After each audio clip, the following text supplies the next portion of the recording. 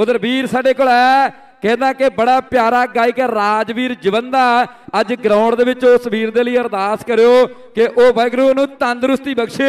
बहुत प्यारा गायक है राजवीर जवंदा है। वाहिगुरू नूं तंदुरुस्तियां देवे, उस वीर नूं तंदुरुस्तियां देवे, फिर साडी ये पंजाबी मां बोली दी सेवा कर सके। वीर जेड़े परिवार हड़ां दे पानी दे नाल मेरे वीरो यूज रहे ने, जिन्हां दियां जमीनां खराब हो गईयां और या फिर घर मेरे वीरो उन्हां दे खराब हो गए, और सच्चे पातशाह उन्हां नूं हिम्मतां बख्शण और मेरे वीरो दोबारा फिर उठ सकन।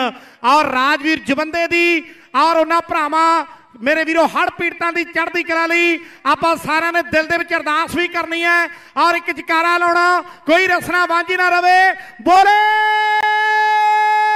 सो निहाल, सत श्री अकाल।